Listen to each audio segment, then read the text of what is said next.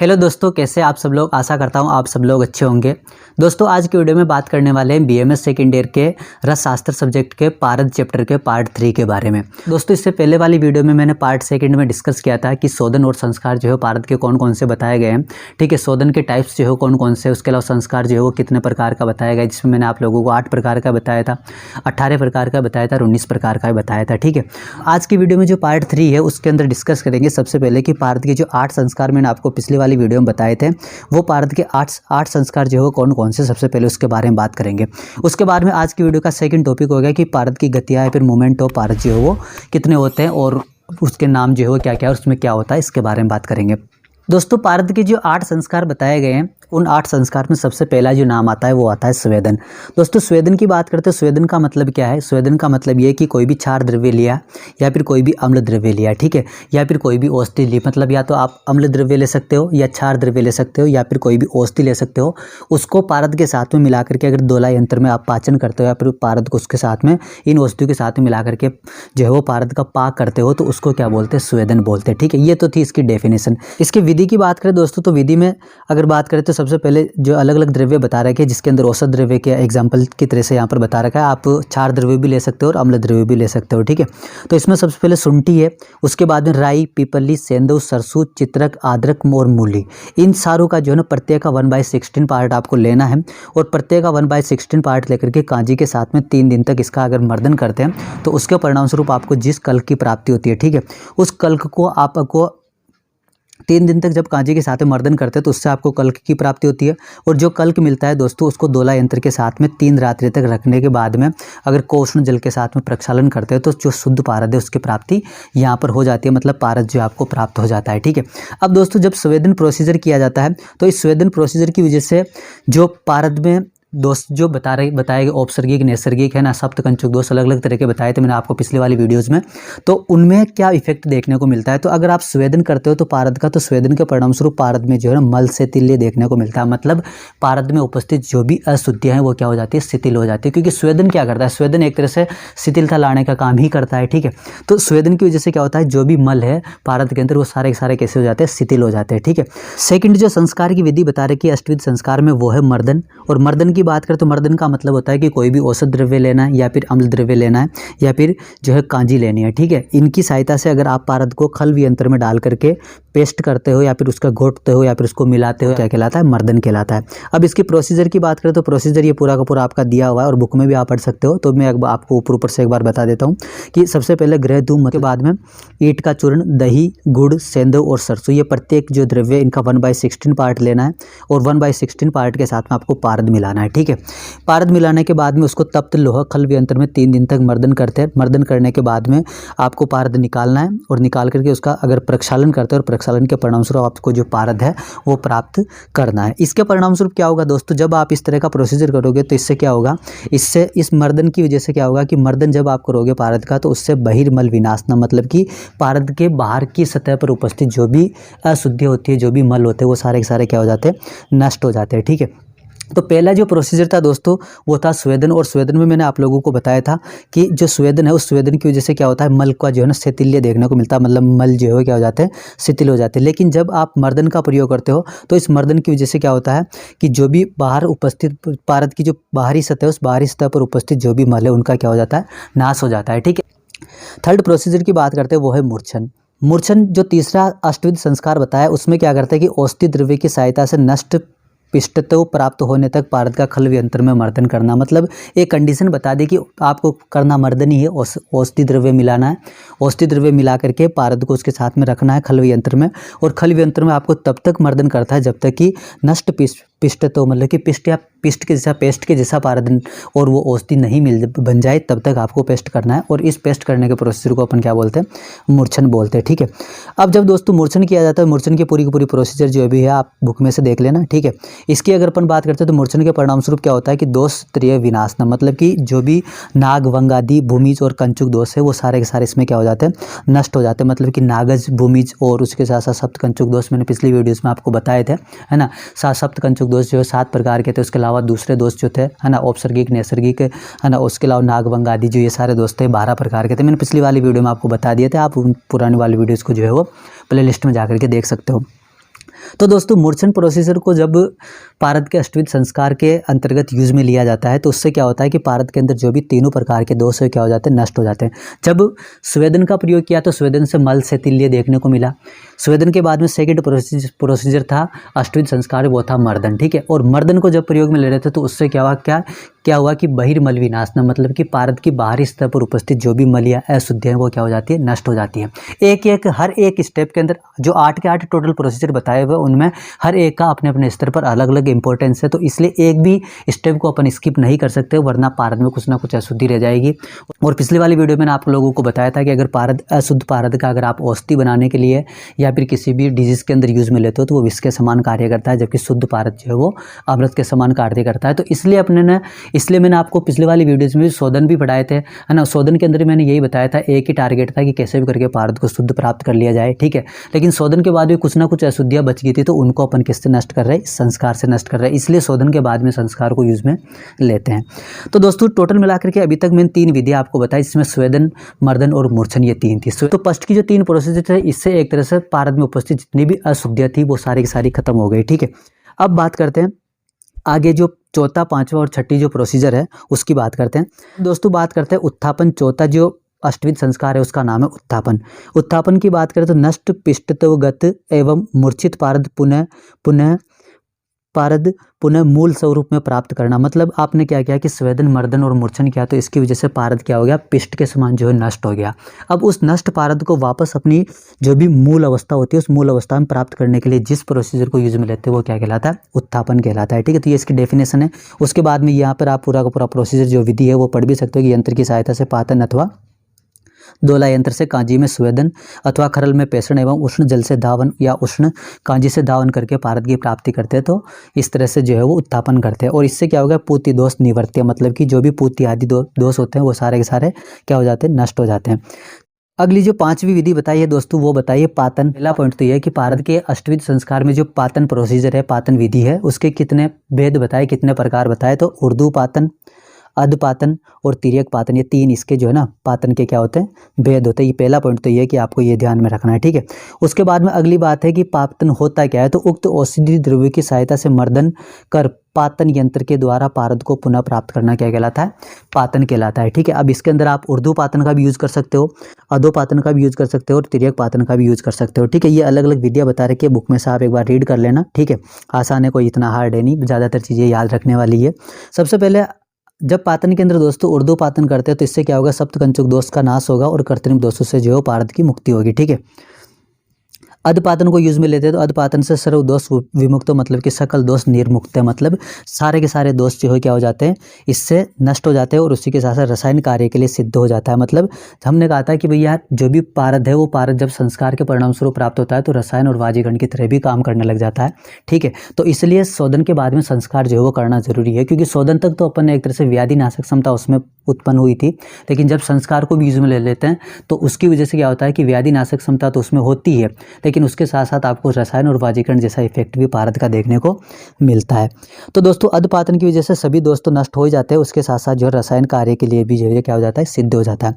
अगर साथ ही साथ जो है तिर्यक पातन को भी अगर यूज में ले लिया जाए तो तिर्यक पातन की वजह से क्या होगा, तिर्यक पातन की वजह से होगा कि अग्नि सहतु सर्व दोष नाश दह सिद्धि रसायन कार्य दुख साध्य व्याधि नाश अर्थम सिद्ध और जड़ता व शांति। मतलब एक तरह से पूरा का पूरा पारद जो है वो कैसा प्राप्त हो जाएगा, एक अमृत के जैसा प्राप्त हो जाएगा, क्योंकि वो उस पारद में पहला पॉइंट तो है कि अग्नि को सहन करने की क्षमता होगी। दूसरी है कि उसमें किसी भी प्रकार का दोष है नहीं, क्योंकि सभी प्रकार के दोष जो क्या हो चुके, नष्ट हो चुके। और तीसरा जो है वो क्या, दह सिद्धि और रसायन कार्य के लिए उसका अपन प्रयोग कर सकते हैं। उसके अलावा दुख साध्य व्याधि का नाश करने में भी जो इसको अपन प्रयोग में ले सकते हैं और जड़ता और शांति की प्राप्ति भी जो है वो इसमें होती है, ठीक है। दोस्तों पारद के अष्टविध संस्कार मैंने आपको सबसे पहले बताया था किसके बारे में, स्वेदन के बारे में, उसके बाद मर्दन, फिर मूर्छन, उसके बाद उत्थापन और पातन। ये टोटल जो 5 प्रोसीजर है दोस्तों, जब इन 5 प्रोसीजर का प्रयोग करते हैं तो इन 5 प्रोसीजर के प्रयोग के परिणाम स्वरूप क्या होता है कि पारद में जो है ना ये सारी चीज़ें जो क्या हो जाती है, उत्पन्न हो जाती है, ठीक है। ये सारी चीज़ें उत्पन्न हो जाती है और एक तरह से स्वेदन, मर्दन, मूर्छन, उत्थापन और पातन, इन 5 प्रोसीजर का यूज करने के परिणाम स्वरूप पारद अपने को एक अमृत के जैसा मिल जाता है। और अपना शुरुआत में उद्देश्य भी क्या था, जब मैं आपको दोष पढ़ा रहा था पारद के अंदर कौन कौन से दोष होते हैं, शायद पार्ट फर्स्ट के अंदर मैंने आपको बताया था, तो उसमें मैंने आपको एक चीज़ बोली थी कि पारद जो है वो अपने को कैसे भी करके शुद्ध करना है, ठीक है। इसके अंदर इसके लिए चाहे अपने को शोधन प्रोसीजर यूज़ में लेना पड़े या फिर अपने को संस्कार प्रोसीजर यूज़ में लेना पड़े, लेकिन पारद को किसी न किसी तरीके से शुद्ध करके ही यूज़ में लेना चाहिए, ठीक है, लेना होगा। तो यही चीज़ अपना उद्देश्य था, तो यहाँ पर उद्देश्य पूरा हो जाता है। लेकिन दोस्तों अभी भी इसमें जो अगली जो 3 चीज़ें आती है, कौन कौन सी, बोधन, नियामन और दीपन, ठीक है।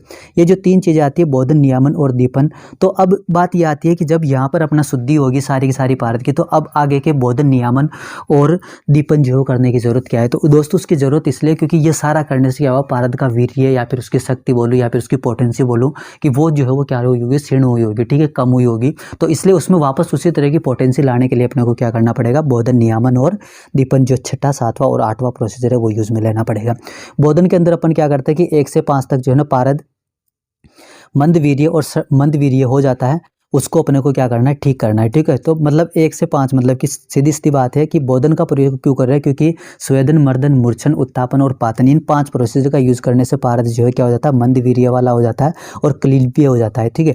तो क्लिब्य हो जाने के कारण इसमें वीर्य को वापस उत्पन्न करने के लिए या फिर यह कहूँ कि पारद में वापस व्याधिनाशक रसायन के रूप में और बाजीकरण के रूप में कार्य करने वाली जो पोटेंसी होती है, जो वीर्य होता है, उसको वापस लाने के लिए अपने को क्या करना पड़ेगा, बोधन, नियामन और जो दीपन है इसका यूज करना पड़ेगा, जिसमें सबसे पहला प्रोसीजर क्या है, बोधन। और ये बोधन क्या करता है कि पारद में वीर्य को जो है ना उत्कर्ष करने का काम करता है। इसके प्रोसीजर में अपने को सबसे पहले क्या करना है, सेंधव लवण लेना है और सेंधव लवण का घोल बनाना है। घोल के अब जल के साथ में मिलाएंगे तो सेंधव लवण जो 1 भाग लेना है और जल 3 भाग लेकर के घोल बनाते हैं और उस घोल के साथ में 3 दिन तक जो है ना गड़े का मुख बंद करके रखते हैं, किसको, पारद को। तो इसका परिणाम स्वरूप जो पारद प्राप्त होता है वो कैसा होता है, वीर्यवान होता है और क्षणता रहित होता है, मतलब कि क्लेब्य आदि जो चीज़ें होती है वो किसकी क्या हो जाती है, नष्ट हो जाती है। इसके बाद में अगली जो है बोधन के बाद वो बता रहा है कि नियमन या फिर नियामन जिसको बोलते हैं, तो ये क्या है कि चपलत्व और चपलता को नियंत्रित करता है। इसमें क्या करते हैं, औषधि का कल्क जो है वो औषधि के कल्क और पारद को साथ में लेते हैं, स्वेदन करते हैं 3 दिन तक, तो चपलता गुण जो है वो क्या हो जाता है, नष्ट हो जाता है। लास्ट जो बताया दोस्तों अष्टविध संस्कारों का प्रोसीजर वो बता रखा है दीपन, ठीक है। इस दीपन में क्या करते हैं कि बुभुक्षता क्षमता, मैंने दोस्तों जब आपको पारद का फर्स्ट पार्ट पढ़ाया था तो उस टॉपिक में मैंने आपको पारद के पर्याय बताए थे। उसमें मैंने बोला था आपको एक रस पारद का पर्याय होता है, रसेंद्र होता है, सूत होता है, मिश्रक होता है। तो मिश्रक जब मैंने आपको बताया था तो एक चीज़ मैंने वहाँ पर बोली थी, एक लाइन मैंने आपको वहाँ पर बताई थी कि पारद के अंदर सभी प्रकार की धातुओं को, सभी प्रकार के महारसों को, उपरसों को अपने अंदर जो है समाहित करने की पावर होती है, अपने अंदर मिश्रित कर लेने की जो है पावर होती है। तो इसीलिए यहाँ पर जो है ना बुभुक्षा क्षमता, मतलब उसको जो है ना अपने अंदर एक तरह से सभी को अपने साथ डिसोल्व कर लेने की पावर होती है, ठीक है। तो उस चीज़ को वापस उत्पन्न करने के लिए ही अपन क्या करते हैं, या फिर ये कहूँ कि उसके ग्रास सप्ताह जो है ना, उस ग्रास लोलुप्य बनाने के लिए, ग्रास से मतलब कि डाइजेस्ट करने के लिए, ठीक है, महारस, उपरस, धातु, उपधातु, इन सबको अपने साथ मिला करके मिश्रित करने या फिर डाइजेस्ट करने के लिए जो क्षमता होती है उसको अपन बुभुक्षता क्षमता बोलते हैं। अब क्या हुआ कि जब अपने स्वेदन, मर्दन, मूर्छन, उत्थापन, पातन है ना, ये सारी चीज़ें यूज में ली, तो इसकी वजह से क्या हुआ, इसकी बुभुक्षता क्षमता भी क्या हो जाती है, कम हो जाती है। तो उस बुभुक्षता क्षमता को वापस बढ़ाने के लिए, मतलब एक तरह से उसके डाइजेस्टिव पावर को और ज़्यादा बढ़ाने के लिए क्या करना पड़ता है, इस दीपन संस्कार को यूज में लेते हैं, ठीक है। इसमें क्या करते हैं दोस्तों कि सबसे पहले औषधि का कल्क और पारद को एक साथ लेना है और उसकी पोटली बना करके 3 दिन तक दोलायंत्र में अगर स्वेदन करते हैं तो स्वेदन के बाद में जो पारद हुआ उसको उष्ण जल के साथ में प्रक्षालन करने पर अपने को शुद्ध पारद प्राप्त हो जाता है। इस तरह से दोस्तों ये पूरा का पूरा प्रोसीजर होता है। मैंने शुरुआत करी थी आपको पिछली वाली वीडियो जिसके अंदर पार्ट 2 था और उसमें मैंने आपको बताया था कि शोधन, सामान्य शोधन और विशेष शोधन, वहाँ से लेकर के ये अष्टविध संस्कार के दीपन प्रोसीजर तक जो पूरा का पूरा जो ये प्रोसीजर है, पूरा का पूरा जो कार्य है, इसके अंदर शोधन और संस्कार दोनों है। अब शोधन और संस्कार इसलिए क्या, ताकि यहाँ पर जो शुद्ध पारद अपने को मिल रहा है इस दीपन के परिणाम स्वरूप वो कैसा है, एक तो पहला पॉइंट तो कि व्याधि नाशक उसमें क्षमता है, उसी के साथ साथ है कि उसमें किसी भी तरह का दोष उपस्थित नहीं है, ठीक है। तीसरी चीज़ है कि वो रसायन की तरह भी काम करेगा, चौथी चीज़ है कि वो बाजीकरण की तरह भी काम करेगा और उसी के साथ साथ सभी प्रकार की जो साध्य व्याधियाँ हैं उन साध्य व्याधियों के अंदर भी अपन इसका आराम से प्रयोग कर सकते हो। तो इस तरह से इतने सारे गुणों को प्राप्त करने के लिए या फिर इतने सारे गुणों को पारद में इन्वॉल्व करने के लिए, पारद में इतने सारे गुणों को लाने के लिए अपने को इस प्रोसीजर को यूज में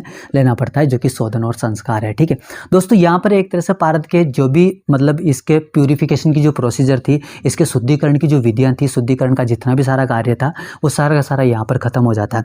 अब दोस्तों आज की वीडियो के सेकेंड टॉपिक के बारे में बात करते हैं, वो है कि पारद की गतियाँ जो है कौन कौन सी बता रखी है उसके बारे में बात करते हैं। दोस्तों अब बात करते हैं कि पारद में गतियाँ जो है वो क्या होती है, पारद की गति मतलब कि मूवमेंट जो है वो पारद में किस किस तरह का होता है। जैसे अब पिछली वाली वीडियो मैंने शोधन पढ़ाया था और इस वाली वीडियो मैंने संस्कार के बारे में आपको पूरा प्रोसेस पूरा जो है डिटेल में बताया। तो इसमें पारद जो है वो कभी औषधियों के साथ में मिला रहे, कभी क्षार द्रव्य के साथ में मिला रहे, कभी अम्ल द्रव्य के साथ में मिला रहे, कभी कांची से प्रक्षालन कर रहे तो उस टाइम पे उसको मिला रहे, कभी दोला यंत्र में रखते हैं, कभी खल्व यंत्र में रख रहे हैं। तो अलग अलग तरह से पारद घूम रहा है। जब दोस्तों ये अलग अलग तरह के प्रोसीजर होते हैं तो उस दौरान पारद जो है अपना कुछ ना कुछ गति करता होगा, पारद जो है चलता ही होगा। तो इस तरह से उनमें कितने तरह की तो पारद में कितने तरह की गतियाँ, कितनी तरह की मूवमेंट जो है देखने को मिलती है उसके बारे में देखते हैं। तो पारद की गतियों की बात करें तो संस्कारों के क्रम में जब पारद द्रव, अग्नि, उपकरण आदि के संपर्क में आता है तो उसके भार में जो कमी हो जाती है वह 5 प्रकार की गति के कारण होती है। ठीक है, जैसे मान लो कि जब मैं शोधन की शुरुआत करता हूं तो शुरुआत के दौरान मान लो कि 5 mg जो है 5 mg जो है मैंने क्या लिया, पारद लिया। जब मैं इसका पूरा शोधन और संस्कार कंप्लीट कर लेता हूं तो मुझे जो टोटल पारद मिलेगा वो कितना मिलेगा, लगभग 4 या फिर 3 के आसपास मिला। ठीक है, तो अब मैंने शुरुआत तो करी थी 5 mg से और मेरे को मिल रहा है 3 या 4 mg, तो बीच का जो बचा हुआ 1 mg वो कहाँ गया। ठीक है, तो मतलब पारद के भार में जो है वो कमी हुई है। हो सकता है कि जब वो इम्प्योरिटीज़ को अपन ठीक कर रहे थे, शुद्धिकरण कर रहे थे, प्यूरिफिकेशन कर रहे थे, तो उस टाइम पे उस पारद में जितनी भी अशुद्धियाँ थी उनके साथ में पारद कुछ ना कुछ जो है वो चला गया हो, निकल गया हो, है ना। तो प्रक्षालन करते टाइम या फिर खल्व यंत्र में रखते टाइम या फिर दोला यंत्र में रखते टाइम, है ना, तो किसी भी प्रोसीजर के दौरान पारद का कुछ ना कुछ अंश जो है उसमें से क्या हुआ होगा, कम हुआ होगा।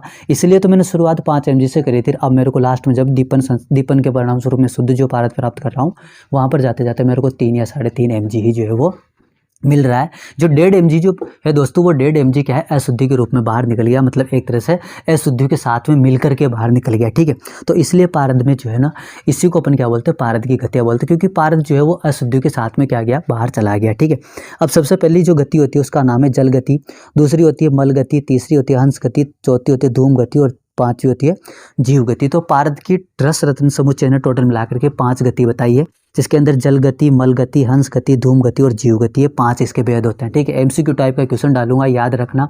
ठीक है, क्योंकि उसमें ज़्यादातर मैंने अभी देखा है कि मैक्सिमम लोग जो गलत आंसर देते हैं। इसका मतलब है कि वीडियो आप अच्छे से देखते हैं, वीडियो अच्छे से देखा करो। मैं कोशिश करता हूँ आपको अच्छे से एक्सप्लेन करने की। ठीक है, तो सबसे पहले बात करते हैं जल गति। जल गति का मतलब होता है कि जल को जल रूपेण, मतलब कि स्वेदन प्रक्षालन के समय जल के साथ में पारद की गति होना क्या कहलाता है, जल गति कहलाता है। उसी तरह से मल को मल रूपेण, मतलब कि नाग भंग आदि को मुक्त करने हेतु जो पातन आदि क्रियाएं होती है उस मल के साथ जो है ना पारद की गति क्या कहलाती है, मल गति कहलाती है। उसके अलावा त्वरित हंस गो भवेत, मतलब कि मर्दन करते समय या फिर एक पात्र से दूसरे पात्र में लेते समय श्वेत हंस के समान उड़ने की जो स्थिति होती है उसको अपन क्या बोलते हैं, हंस गति बोलते हैं।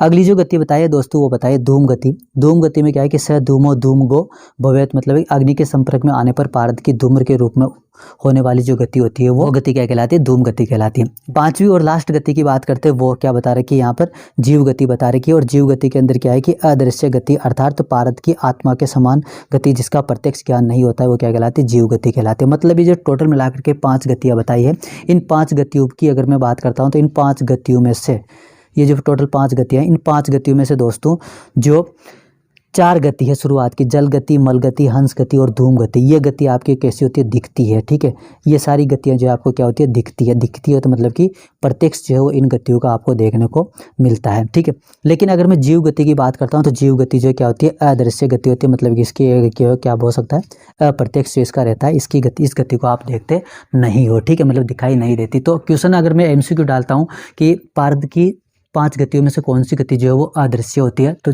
जीव गति जो है वो अदृश्य होती है। क्वेश्चन में अगर ऐसा पूछा जाए कि पारद की कितने प्रकार की गतियाँ होती है, तो पारद में 5 प्रकार की गति होती है। दोस्तों NCISM का जो नया नोटिस आया था या फिर पहले जो सिलेबस में चेंज हुआ था, 3 साल के जो प्रीव्यू होते हैं उसके अकॉर्डिंग आपका जो पेपर पैटर्न है उसके अंदर आपको MCQ टाइप के क्वेश्चन भी पूछने लगे हैं। ठीक है, तो इसलिए मैं आपके लिए MCQ टाइप के क्वेश्चन जो भी है वो कम्युनिटी टैब में पोस्ट करता रहता हूँ और आप में से ज़्यादातर लोग जो उसको अटेम्प्ट भी करते हैं। ठीक है, तो इसलिए उनको किया करो। और अब दोस्तों जो भी पारद की गति है उसके बारे में मैंने बता दिया। अब तो दोस्तों ये थी आज की हमारी वीडियो जिसमें मैंने आप लोगों को बताया कि पारद की गतियाँ जो है वो कौन कौन सी होती है और पारद के जो संस्कार बताए थे 8, उन 8 की जो है डिटेल क्या है, उनकी विधियाँ किस किस तरह की होती है, उसका उपयोग या प्रयोग जो है क्या, उनकी परिभाषा क्या है, इन सब के बारे में मैंने बताया। दोस्तों आने वाली जो नेक्स्ट वीडियो होगी उस नेक्स्ट वीडियो में इसी चैप्टर के पार्ट 4 के बारे में बात करेंगे, जिसके अंदर देखेंगे कि जारण क्रम जो है क्या होता है, पारद में मूर्छना या मूर्छन क्रम क्या होता है, पारद की कल्पनाएं, फिर पारद की विविध कल्पनाएं जो है कौन कौन सी बताई गई है उनके बारे में बात करेंगे, जिसके अंदर आपने नाम सुने होंगे कूपी पकवो कल्पना, है ना, उसके अलावा पोटली कल्पना, ये सारी जो है उसके बारे में बात करेंगे। तो दोस्तों इसी तरह की इंटरेस्टिंग वीडियोस के लिए आप हमारे चैनल को सब्सक्राइब कर सकते हो और बेल आइकन को प्रेस कर सकते हैं, ताकि आने वाले हर एक वीडियो की नोटिफिकेशन आप तक जल्दी से जल्दी पहुंच जाए। Thank you so much guys.